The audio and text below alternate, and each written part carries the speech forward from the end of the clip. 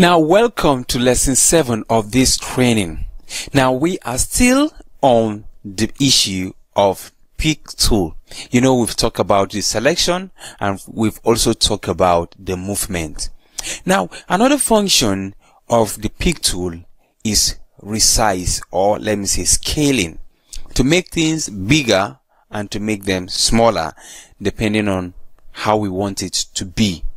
Now when I come here and select this picture of this handsome guy, now what I will do now is to come here. You will see this the small boxes, that's the 8 boxes that surround any selected object.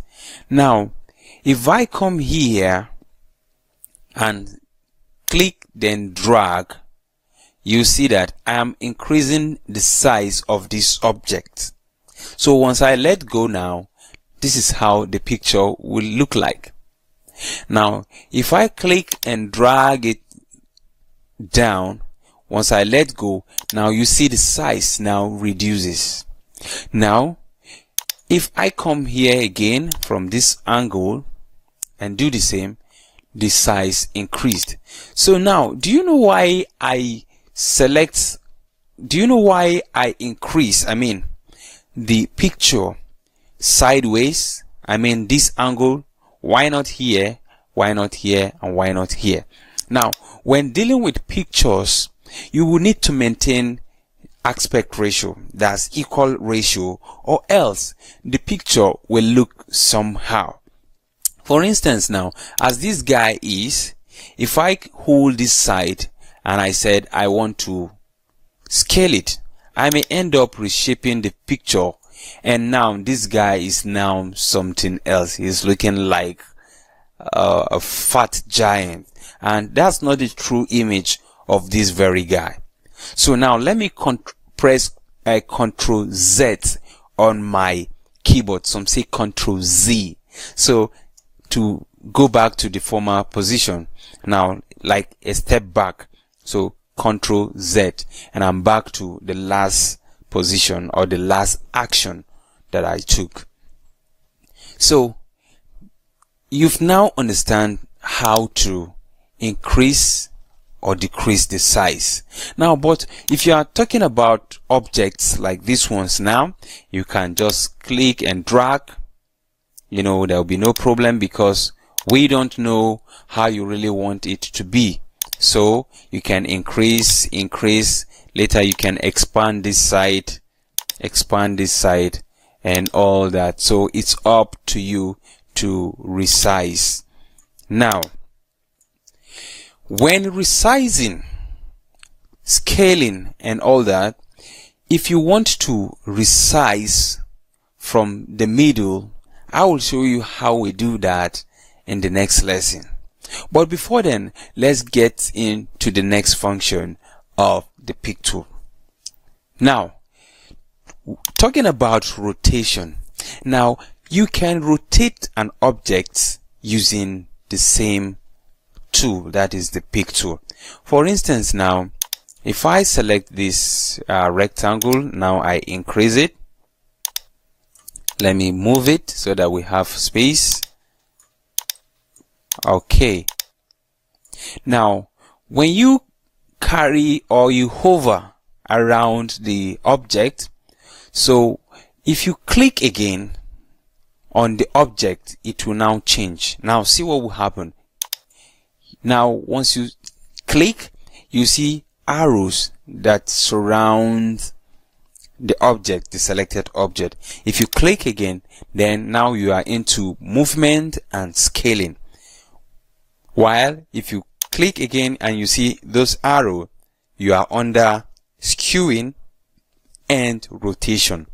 So let's just do it. Now if I come here towards here, you see a cycle, and a cycle, that's an arrow. If I click and move my mouse, now I'm trying to rotate the object. So as you move around with your mouse on your table, you see a line, a blue line, a replica of the selected object Now it's showing you here that once you let go your finger on the left click button, then this is the position that this object will look like, will rotate to that angle. So once I let go now, you see that it has turned. Now if I come here again, I rotate to this side. Once I let go, now you see rotation has taken place. Now if I click now back to rotation, you see that we have a small circle at the middle of the rectangle. Now if you click and hold it, then change the position to somewhere here. Now it's just like you nailing a nail on a wood, where if you move it around, that place, the pivot, or let me just say the point where the nail passes through and meets the fixed object, then that place will not be rotating. The whole body will move in alignment with the pivot. So let me explain here. I think you understand me better. Now since we have the node here, if I click here to rotate, you see that the whole side is moving, but where that pivot or the node is located is not moving at all. Can you see that? So if I let go, this is what we get. Now if I click and drag to, let me say, this position, now when I'm rotating, then this is what you see. Can you see? All right. So that is how this node work. So you can change it to any position that you want. Now let me select this one now so that we'll talk about the skewing. Now the skewing is not rotation, but it like reshaping our box, or let me say rectangle, in a kind of dimension. But let me just do it practical so that we understand. So let me just delete this by right clicking and say delete, and you can as well press the delete key on your keyboard.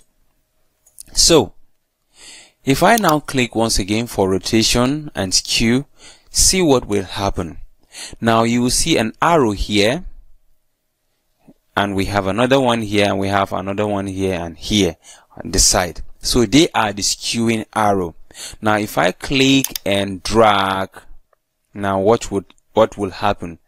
Now our shape now like a kind of bend towards this side, and it's no more a rectangle. Somehow, can I say trapezium? I don't know. But there are times when you need it, especially maybe if you want to like draw a roof of a house. So when we come into the construction later, you will see how you can use this. So that is it. Now I want to say thank you once again for coming, and I believe that we have explained the function of a pick tool. So stay with us as we dive into the next lesson. Thank you very much. See you there.